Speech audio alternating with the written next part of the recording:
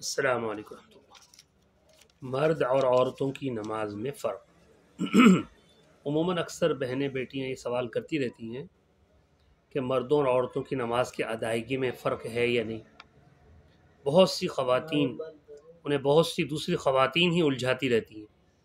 हमारी अहलिया जब हज पे तशरीफ़ ले गई हमारे साथ, तो मदीना तैयबा में मस्जिद नबवी में उन्हें कुछ मुअल्लिमात ने पकड़ लिया कि ये औरतों और मर्दों की नमाज में कोई फ़र्क नहीं है, आप ये नीचे झुक के जो है ना सजदा क्यों करती हैं, मर्दों की तरह सजदा करें मुकम्मल जो है उठ के।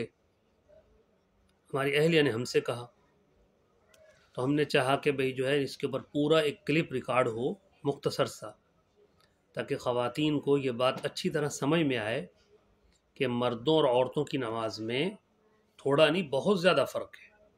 और वो लोग जो मर्दों और औरतों की नमाज में किसी किस्म के फ़र्क से मना करते हैं, वो भी ये फ़र्क करने से इनकार नहीं कर सकते।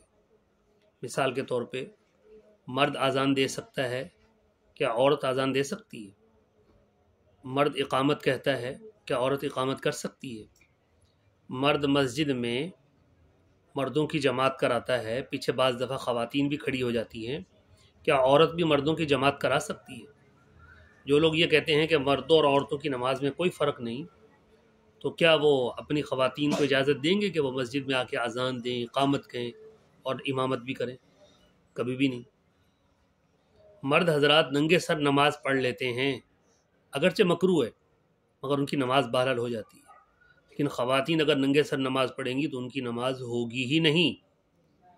मर्द हजरात के टखने नंगे होना ज़रूरी है, नमाज में भी और बैरून नमाज में भी, जबकि औरत के टखने ढके होना ज़रूरी है, नमाज में भी और बैरून नमाज में भी।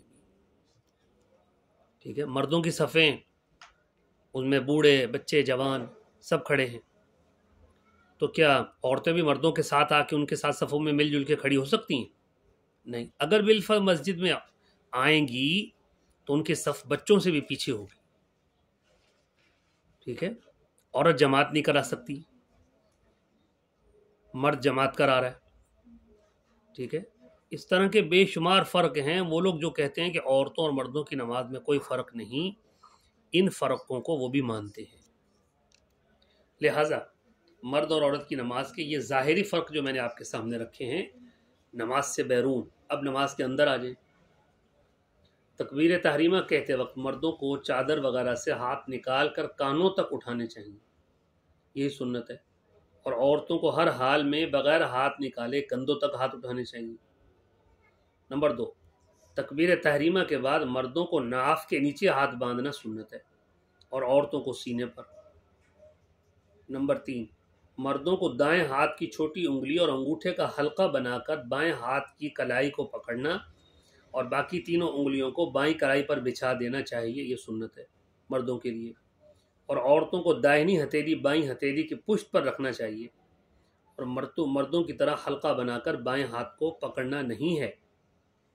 मर्दों को रकू में अच्छी तरह झुकना चाहिए कि सर और पुष्ट कमर बराबर हो जाए, जबकि औरतों को सिर्फ इतना झुकना चाहिए कि जिससे उनके हाथ घुटनों तक पहुंच जाएं।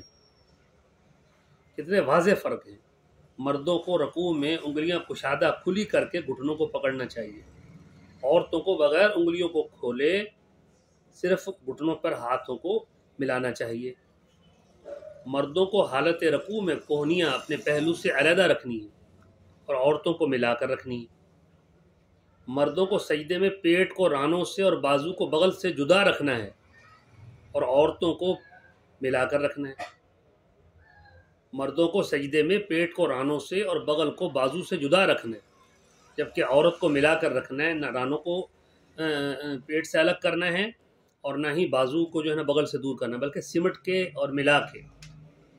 सजदे में मर्दों की कोहनियाँ ज़मीन से उठी हुई होंगी और औरतों की कोहनियाँ ज़मीन पर बिछी हुई होंगी।